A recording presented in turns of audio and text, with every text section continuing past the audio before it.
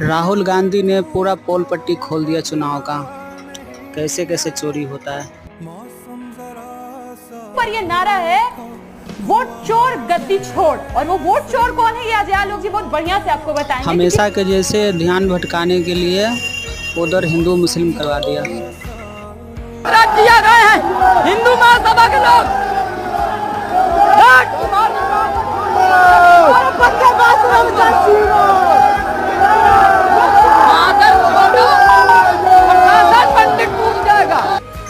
दबा के share like ठोक दो, इस पे सबके पास पहुंचना चाहिए।